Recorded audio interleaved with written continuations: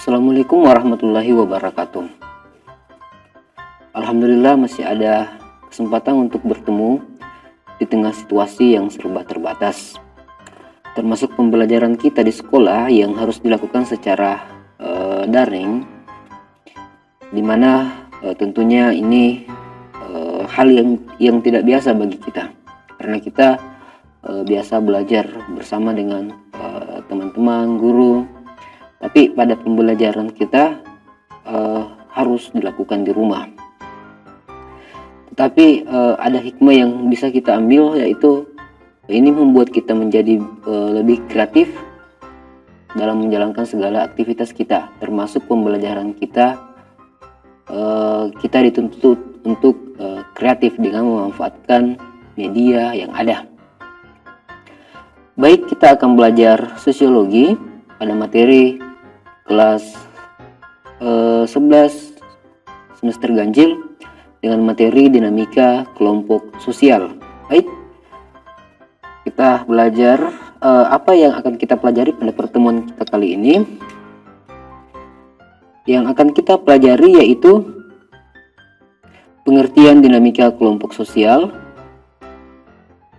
fungsi dan tujuan dinamika kelompok sosial, dan yang terakhir, contoh perkembangan kelompok sosial di masyarakat. Jadi, ada 3 submateri pada materi dinamika kelompok sosial. Namun, pada pertemuan kita kali ini kita akan membahas 2 saja, yaitu pengertian dinamika kelompok sosial, dan yang kedua, fungsi dan tujuan dinamika sosial. Untuk submateri yang ketiga, kita akan membahas pada pertemuan selanjutnya. Baik, kita melangkah ke submateri pertama, yaitu pengertian dinamika kelompok sosial. Pengertian dinamika kelompok sosial. Jadi kita akan membahas dari berbagai sumber yang ada, begitupun dengan pengertian dinamika kelompok sosial secara umum. Kita akan membahas dulu secara umum. Secara umum, dinamika berarti interdependensi antara kelompok satu dengan yang lain. Sedangkan kelompok adalah kumpulan individu yang saling berinteraksi dan mempunyai tujuan bersama.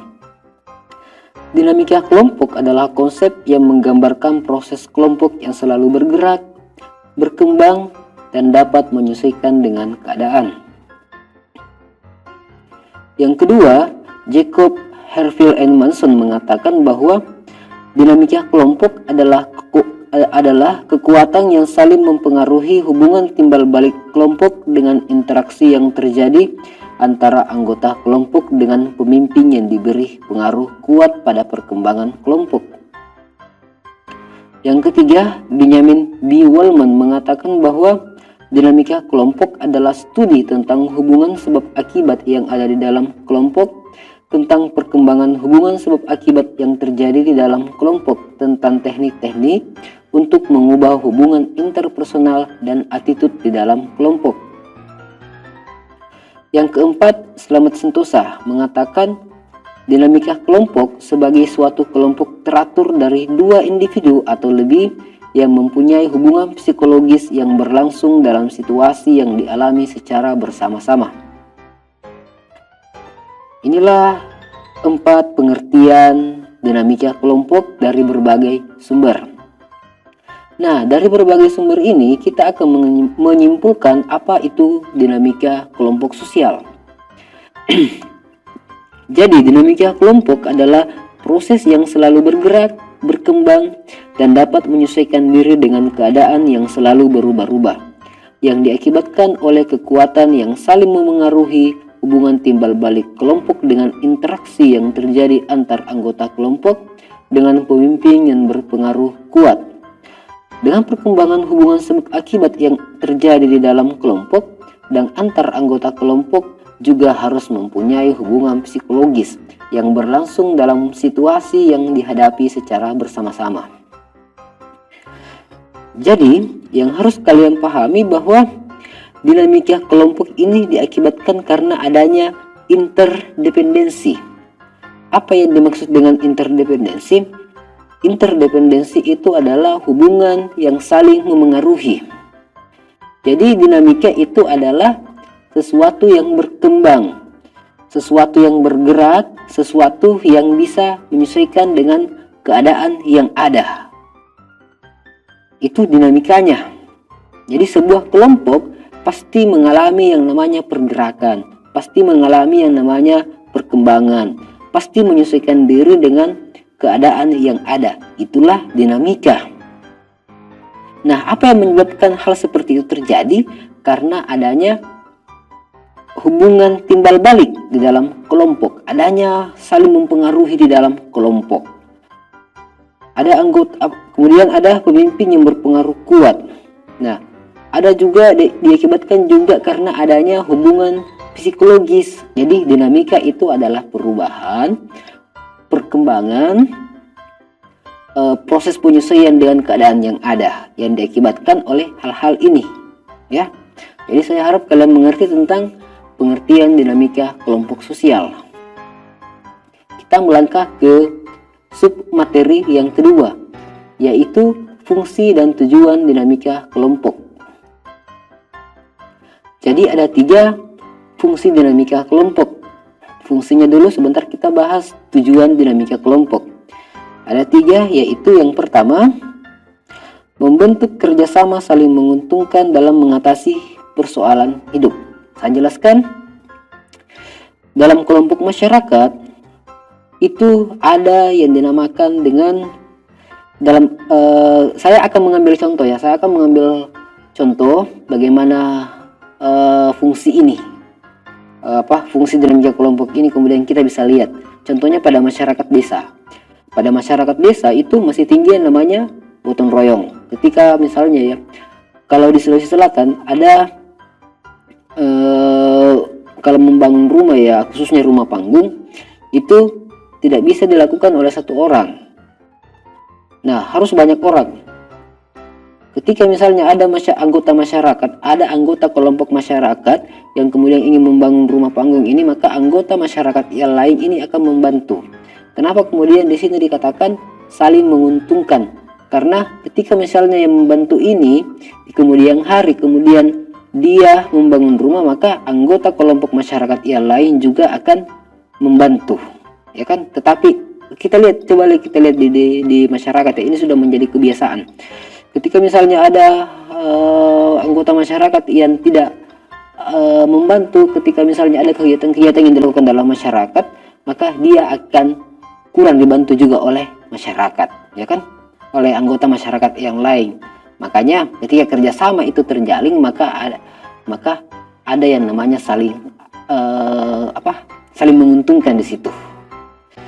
Yang kedua, memudahkan pekerjaan. Nah, ketika terjadi kerjasama dalam sebuah kelompok, maka tentunya akan memudahkan pekerjaan. Ini jelas ya. Yang ketiga, mengatasi pekerjaan yang membutuhkan pemecahan masalah. Jadi ketika kita hidup berkelompok, maka banyak yang kemudian bisa memecahkan masalah kita. Kita ambil contoh ya, di sebuah perusahaan, di sebuah perusahaan ini timbul yang namanya masalah. Maka salah satu cara untuk menyelesaikan masalah ini adalah dengan mengadakan rapat untuk menemukan solusi dari masalah yang terjadi ini. Jadi salah satu fungsi daripada dinamika kelompok yaitu mengatasi pekerjaan yang membutuhkan masalah. Misalnya di perusahaan tersebut masalah mereka yaitu tidak bisa mencapai target yang ditargetkan oleh perusahaan di awal begitu. Nah, salah satu cara untuk mengatasi itu maka mereka mengadakan rapat. Kemudian dari rapat ini kemudian dia ada masalah yang ada pemecahan yang kemudian dihasilkan begitu. Saya harap kalian sudah paham tentang fungsi dinamika kelompok ini. Ada 3 ya. Membentuk kerjasama saling menguntungkan dalam mengatasi persoalan hidup, memudahkan pekerjaan. Terus yang ketiga, mengatasi pekerjaan yang membutuhkan pemecahan masalah. Kita melangkah ke yang terakhir atau tujuan dinamika kelompok. Jadi ada 4. Yang pertama, membangkitkan kepekaan diri. Saya jelaskan, Dinamika dalam sebuah kelompok berkembang untuk membangkitkan kepekaan diri antar anggota yang ada di dalamnya. Ketika ada salah satu anggota yang membutuhkan bantuan, maka anggota kelompok yang lain akan membantu. Nah, ketika kita hidup berkelompok, maka kita akan mudah mendapatkan bantuan dari anggota kelompok kita yang lain. Yang kedua, menimbulkan rasa solidaritas antar anggota. Solidaritas itu apa? Solidaritas itu bisa kita artikan sebagai persatuan yang kuat, ya. Ketika persatuan di dalam sebuah kelompok itu kuat, maka tidak akan mudah digoyahkan oleh hal-hal di luar daripada kelompok itu. Juga ketika solidaritas dalam sebuah kelompok itu tinggi, maka yang namanya saling menghargai dalam kelompok akan muncul. Oke, yang ketiga, menciptakan komunikasi terbuka antar anggota. Salah satu tujuan daripada sebuah kelompok atau dinamika dari kelompok yaitu menciptakan komunikasi terbuka antar anggota. Jadi ketika kita dalam sebuah kelompok, kita akan lebih terbuka untuk berkomunikasi dengan sesama anggota kelompok kita. Yang terakhir, menimbulkan itikat yang baik antar anggota. Itikat itu adalah maksud atau niat, ya. Jadi salah satu tujuan dinamika kelompok yaitu menimbulkan niat yang baik atau maksud yang baik atau tujuan yang baik. Begini, perlu kalian ingat bahwa salah satu ciri daripada kelompok sosial yaitu memiliki tujuan bersama. Nah, tujuan dari sebuah kelompok ini atau tujuan bersama dari sebuah kelompok ini tentunya berangkat dari tujuan individu yang berada dalam sebuah kelompok. Saya mengambil sebuah contoh. Ada organisasi yang dinamakan dengan Organisasi Ikatan Buruh Indonesia. Maksud daripada kelompok ini dibentuk adalah untuk kemudian supaya buruh ini kemudian mendapatkan hak-hak mereka, misalnya gaji yang layak, ya kan? Nah, tentunya tujuan kelompok ini pasti berasal dari tujuan individu atau anggota dari kelompok tersebut yang ingin mendapatkan hak-hak mereka seperti gaji yang layak atau gaji yang semestinya, begitu. Oke, jadi ada 4 tujuan dinamika kelompok.